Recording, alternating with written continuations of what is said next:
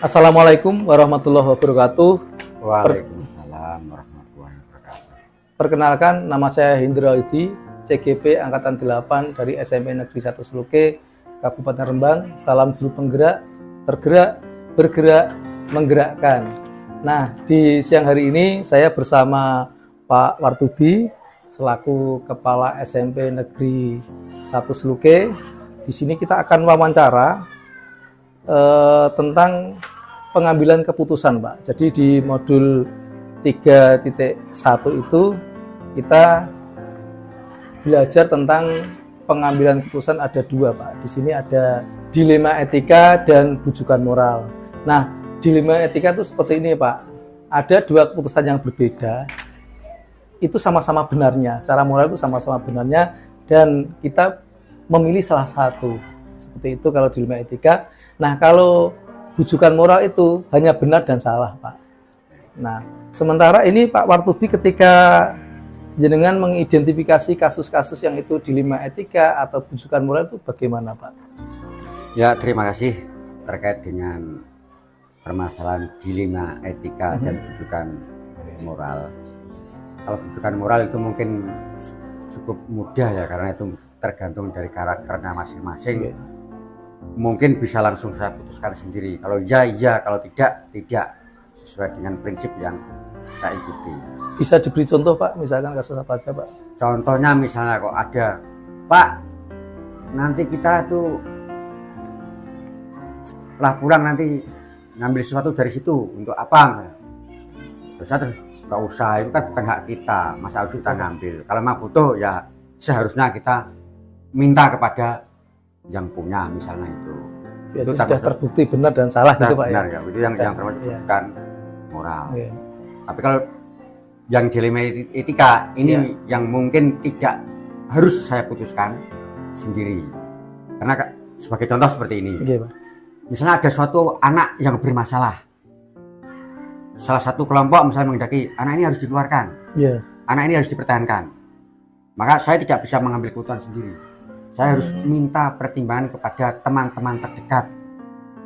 Mungkin bisa walinya, mungkin bisa guru BK-nya, atau mungkin orang-orang yang lebih mengenal dia. Saya butuh komunikasi dalam rangka untuk mencari apa kira-kira yang diuntungkan. Berapa banyak yang diuntungkan seandainya menjadi keluar, atau apa kira-kira keuntungan seandainya anak itu saya pertahankan. Oh gitu, Pak. Nah, dari jumlah keuntungan dan kerugiannya itu dikalkulasi. Kalau memang banyak untungnya, ya yang saya turuti, yang saya sepakati bersama teman-teman, yang saya anggap saya percaya tadi, kita ikuti. Nah, selain kasus itu, Pak, mungkin ada kasus yang lain mungkin, Pak, yang menjadi dilema etika di panjenengan sebagai kepala sekolah setiap tahun mungkin terjadi. Ya, yang diantaranya ada lagi, mungkin itu banyak sekali ya. Iya, Pak. Di antaranya misalnya seperti ini, ada seorang guru yang melakukan sebuah pelanggaran, mungkin pelanggaran ringan lah. Di satu sisi saya secara pribadi dengan berbagai pertimbangan saya mungkin sementara tidak saya sebutkan, untuk sementara saya pertahankan. Pak.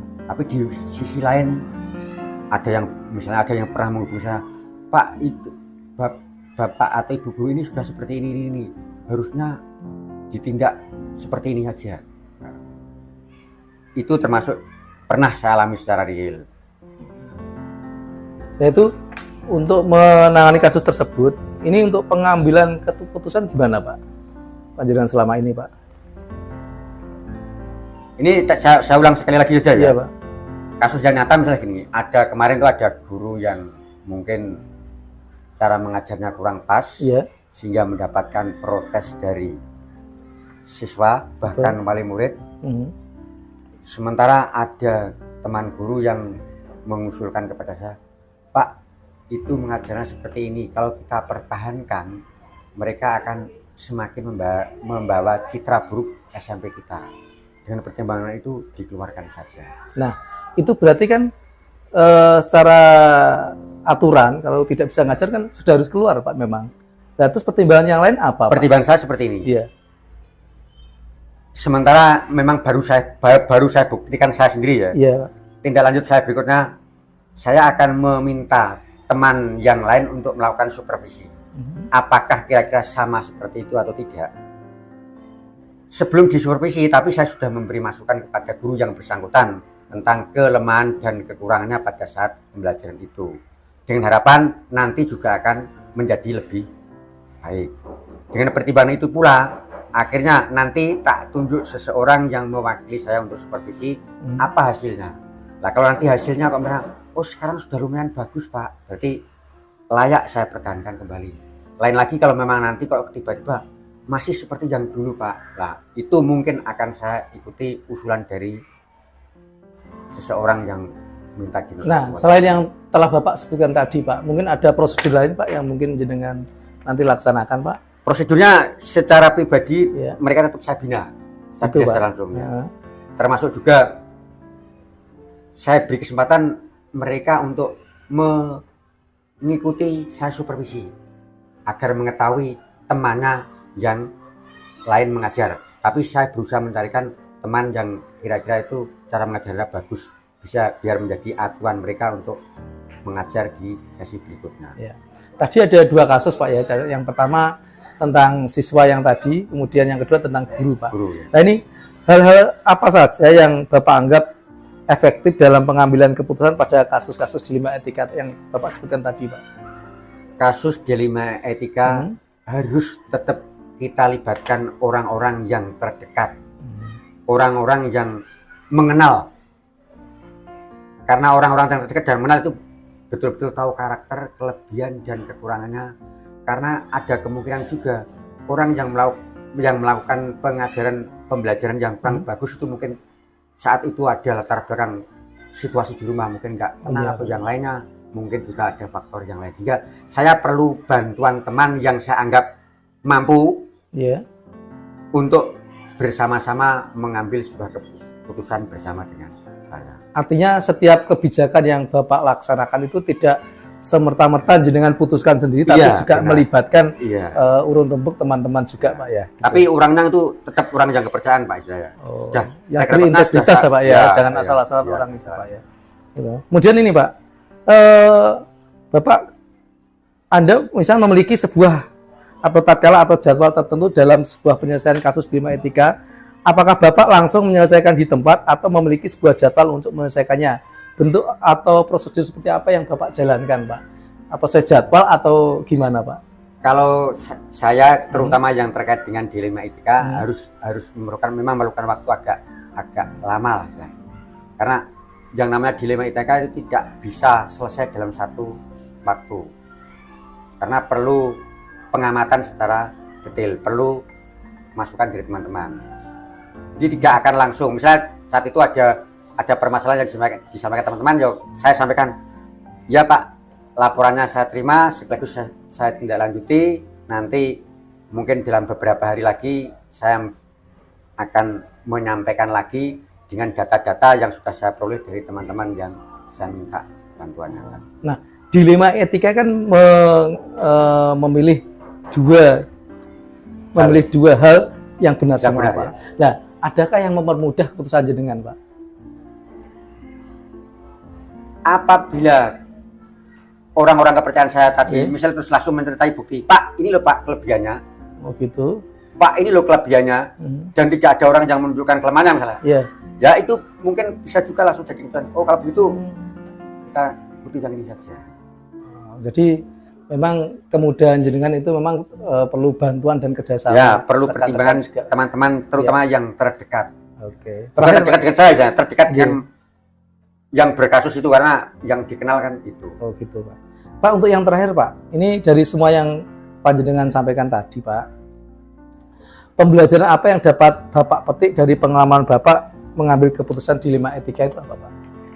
Yang pertama jelas menambah wawasan dan pengalaman. Kemungkinan bahkan bukan kemana, faktanya dilema etika yang saya temui di sana, di sini berbeda dengan dilema etika yang saya temui di tempat yang lain. Sehingga harapan saya nanti berarti semakin lama semakin banyak saya menempati sebuah sekolah, mungkin akan memiliki wawasan yang benar-benar luas terkait dengan permasalahan-permasalahan yang ada di masing-masing sekolah. Oh gitu, masing-masing sekolah Pak. Masih sekolah. Nah, itu ada nggak misalkan Bapak pernah pertanyaan selain melibatkan anak buah Bapak atau teman-teman Bapak itu juga melibatkan teman-teman kepala sekolah yang lain Pak? Misalnya di suatu sekolah ada keputusan yang sama, oh sekolahku ini, sekolahku Tentu ini. ya, tentu ya.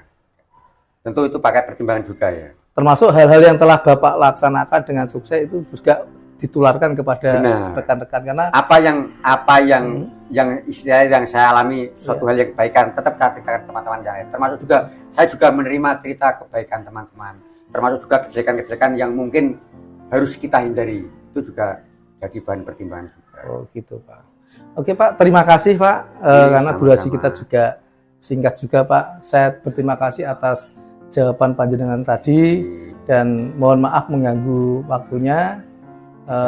Saya Ari, terima kasih. Wassalamualaikum warahmatullahi wabarakatuh. Waalaikumsalam warahmatullahi wabarakatuh.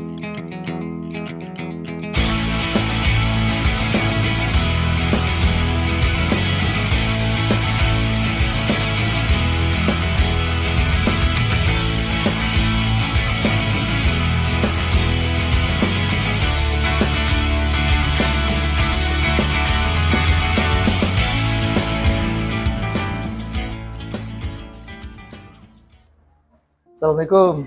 Waalaikumsalam. Nggih. Bu, nyuwun sewu. Nggih, monggo Pak Indro. Mohon maaf Bu, saya Indro Wahyudi dari CGP Angkatan 8 di SMP Negeri 1 Sluke, Kabupaten Rembang Bu. Ini saya datang ke sini mau mengganggu sebentar, waktunya sakit Bu. Monggo bisa. Nggih. Kebetulan kita sedang ini anak-anak latihan hadroh untuk persiapan maulidan. Mau maulid Nabi kemarin ya? Oh gitu. Dan nggak apa-apa Bu, berarti anggap aja suara hadroh anak itu backsound video kita. Ini. Monggo. Nah, ini Bu, saya mau nanya, karena saya ditugasi di CGP Angkatan 8 untuk mewawancarai kepala sekolah ini tentang masalah-masalah atau kasus yang terjadi di SD Panjenengan, terutama untuk berkenaan dengan kasus-kasus dilema etika dan bujukan moral. Kalau dilema etika itu ada satu kasus, kemudian ada yang saling berpendapat. Nah ini pendapat ini atau kalau Panjenengan mengambil keputusan A itu benar, tapi kalau keputusan B itu juga benar. Makanya dilema kan, sama-sama benarnya. Hanya jangan bingung mau pilih yang mana. Kemudian yang kedua, ini yang bujukan moral. Kalau bujukan moral jelas, misalkan kalau ini benar, jangan ambil benar.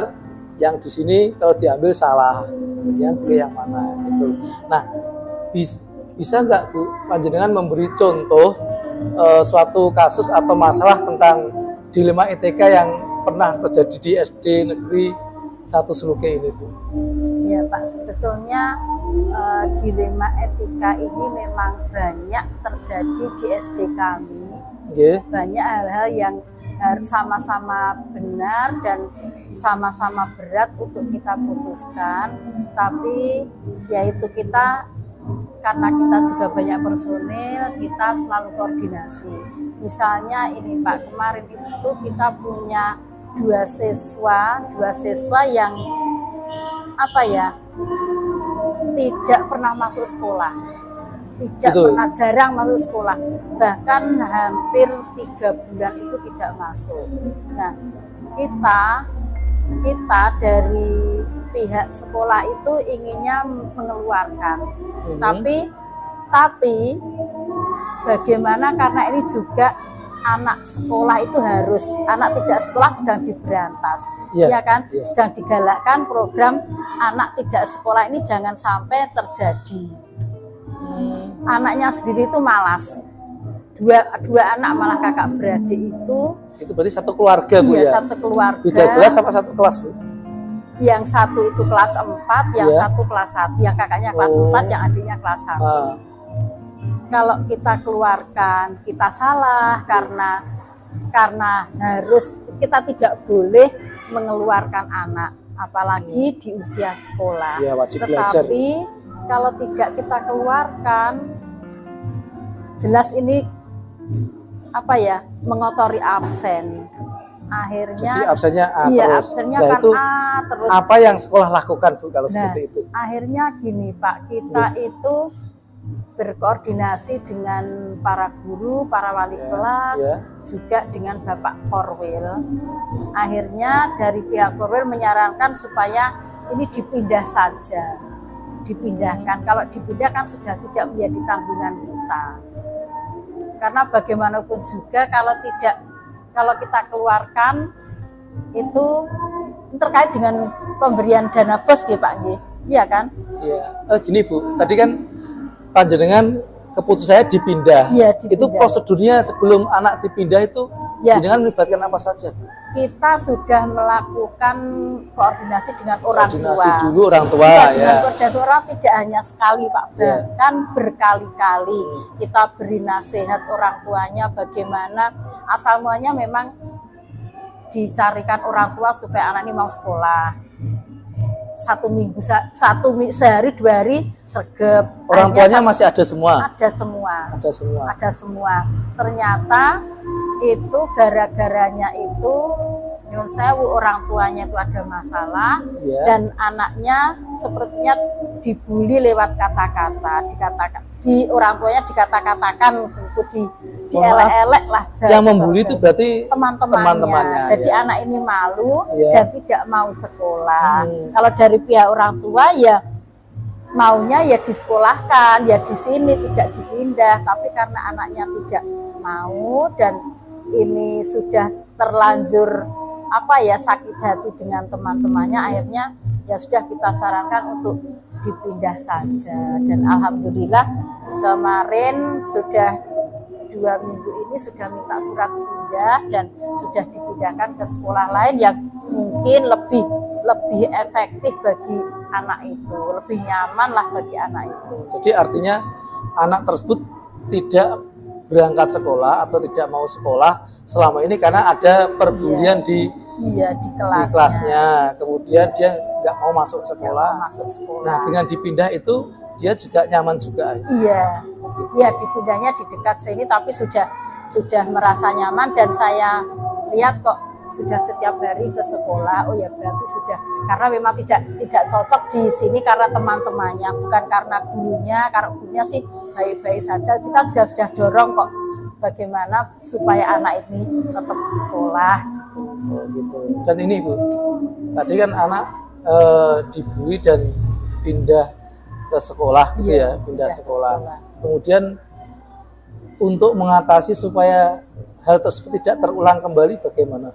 Nah, kita juga memberikan ini Pak supaya kita tetap tidak cara Jawane itu sekolah ini kan sudah mau naik sekolah nang kono dielek-elek gini ya. Nah, kita terus ini Pak mencari solusi bagaimana supaya sekolah ini tetap mendapat murid yang banyak, karena dari dulu itu satu kecamatan ini murid ini terbanyak sekecamatan.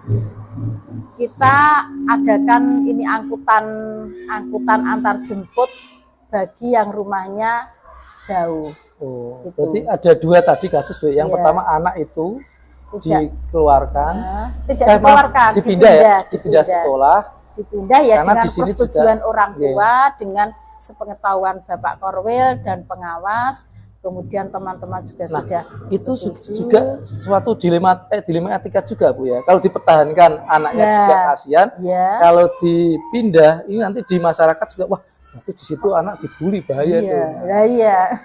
Tapi ternyata untuk kasus pembulian itu kemudian dihentikan. Nah, kemudian yang kedua tentang angkutan tadi Bu ya, angkutan. Jadi anak-anak di SD Negeri 1 Seluke ini muridnya dulu banyak. Terus untuk mempertahankan supaya muridnya banyak tetap itu banyak, kita ini juga usulan dari wali murid yang baru karena tidak di Desa Seluke saja yang mendaftar, tapi juga ada di lain desa, ada dari Pangkalan, Terahan, kemudian Langgar itu juga ada yang sekolah di sini. Jadi kita atas usulan dari wali murid itu kita mengadakan angkutan meskipun membayar, karena memang dari bos itu kita tidak bisa menganggarkan, tapi tidak bisa kalau terlalu banyak. Itu sama seperti sekolah kami, Bu. Jadi gini, sudah ada angkutan, tapi ternyata sekarang dana bos kayaknya tidak boleh untuk angkutan. Yang mulai tahun ini ya, Pak ya? Tidak boleh. Nah, ini kan dilema juga. Kalau jenengan terus maka bertentangan dengan hukum. Kalau dihentikan tidak boleh dengan juknisnya ini ya Pak ya. Juknisnya nggak boleh. Gimana itu, Bu? Kalau tidak ada anak-anak yang jauh juga kasihan dan tidak mau bersekolah di sini. Terus kita ini Pak, kita berkoordinasi dengan sopir tosanya, sopir angkotnya, kira-kira 1 bulan itu berapa untuk biaya operasionalnya. Setelah kita dapatkan, terus kita tawarkan anak-anak yang mau ikut naik angkutan ini, berapa jumlahnya, terus biaya operasional yang ditawarkan Pak sopir tadi, kita bagi sejumlah anak, dan alhamdulillah itu sudah mencukupi dan bisa teratasi ini di 2 bulan ini. Berarti panjangan ada dilema etika tentang angkutan yang istilahnya untuk siswa supaya masuk ke sini banyak. Yang kedua bertentangan juga dengan aturan yang ada bos yang ngambil.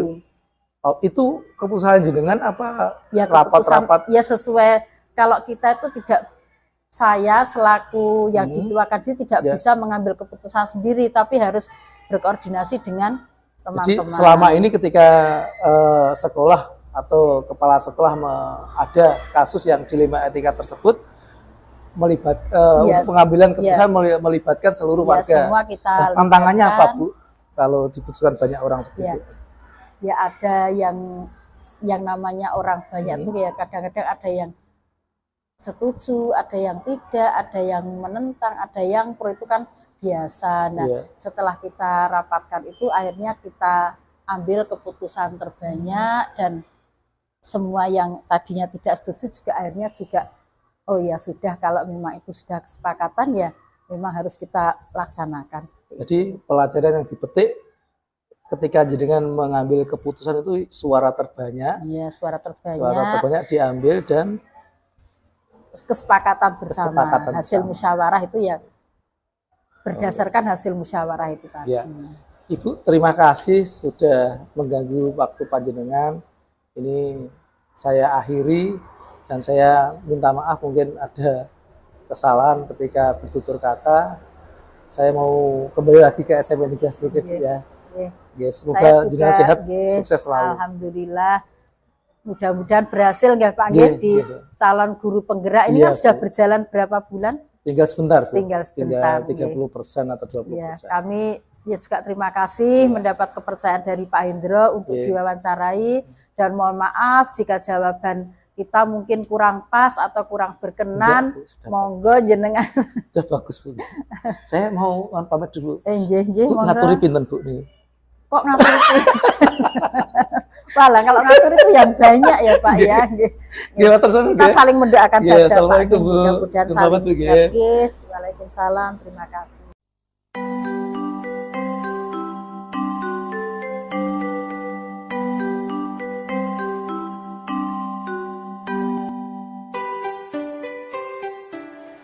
Assalamualaikum, Bu.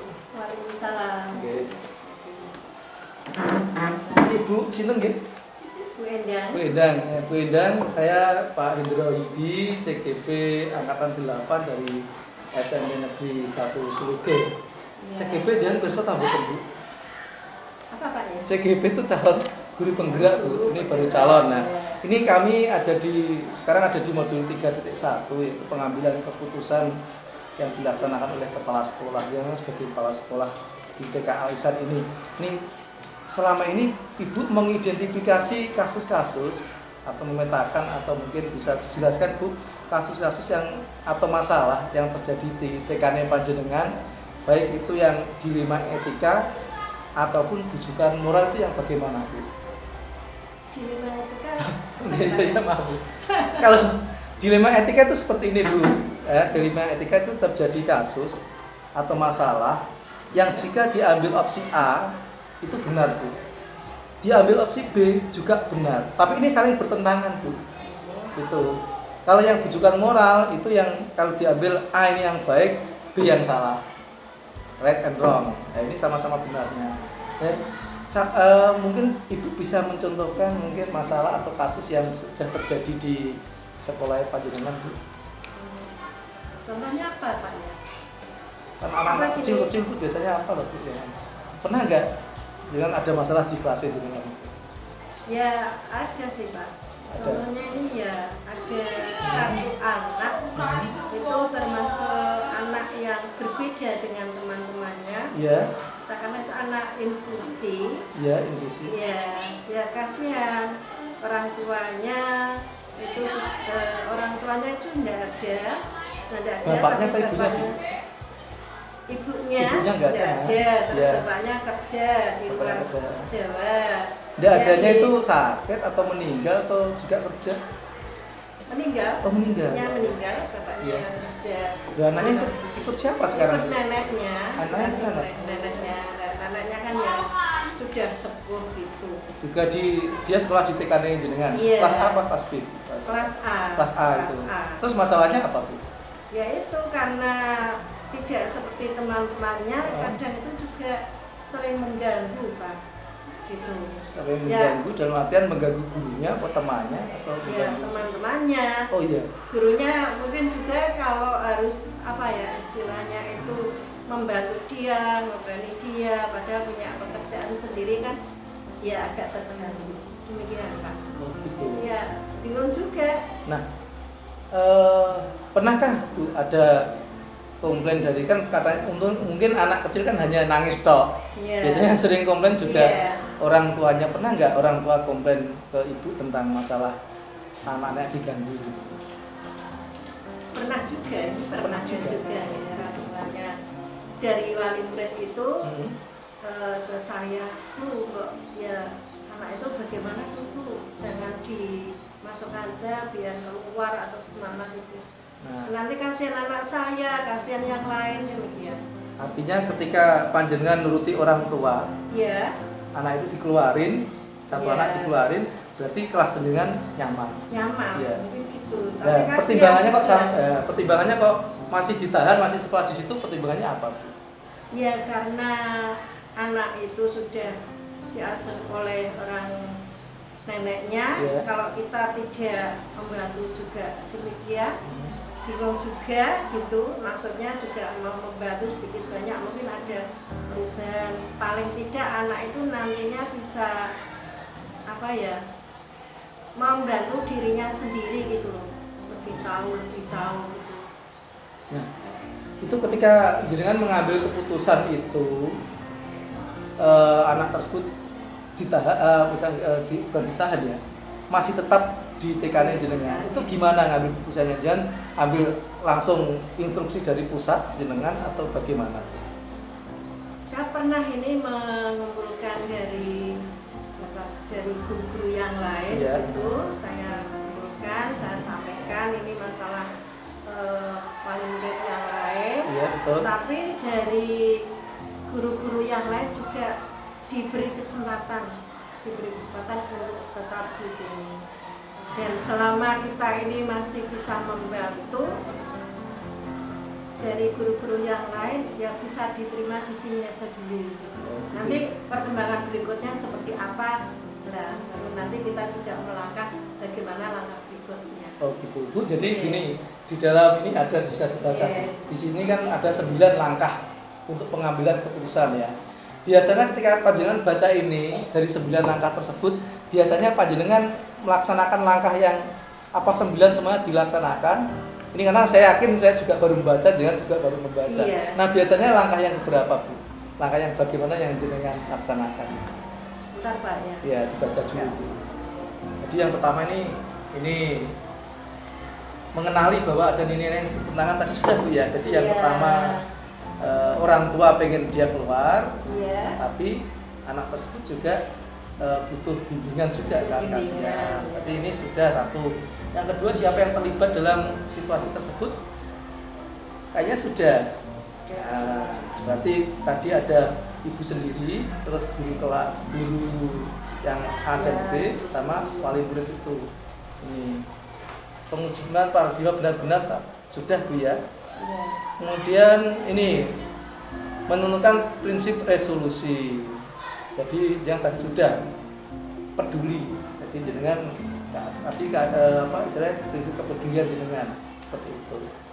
Kemudian untuk investigasi opsi trilema. Ini trilema itu mungkin opsi yang lain Bu. Kalau anak tersebut masih tetap bersama anak-anak kan tetap ganggu yang lain. Nah, kalau dia dikeluarin juga kasihan karena baru saya kemarin juga di SD Seluke juga anak bukan dikeluarin sih, dipindah karena dibully. Nah sekarang jenengan kan satu-satunya TK kan juga di sini kan Bu, di desanya. Nah itu kalau pindah kemana kan kasihan. Ya, kasihan. Itu gimana Bu solusinya Bu? Jadi kita mengambil langkah, semoga ini juga bisa berhasil Pak. Ya. Anak tersebut tempat duduknya kita dekatkan dengan guru. Oh jadi tempat duduknya itu didekatkan guru supaya apa sih Bu? Ya supaya anak ini bisa mungkin dari gurunya sendiri apa yang dibutuhkan anak itu bisa cepat dilakukan, membantu gitu ya, bisa lebih cepat membantu. Jadi istilahnya tempatnya didekatkan dengan guru supaya nanti kalau anak itu mau, wah ini mau ganggu temannya lagi langsung, bagus ya. Ada lagi Bu mungkin yang ini juga sama, kemudian membuat keputusan sudah Bu ya. Kemudian sudah ditinjau kembali Bu keputusannya yang tadi. Hasilnya gimana Bu? Setelah anak tersebut duduk dengan itu kejadiannya tahun lalu apa baru-baru ini sih Bu?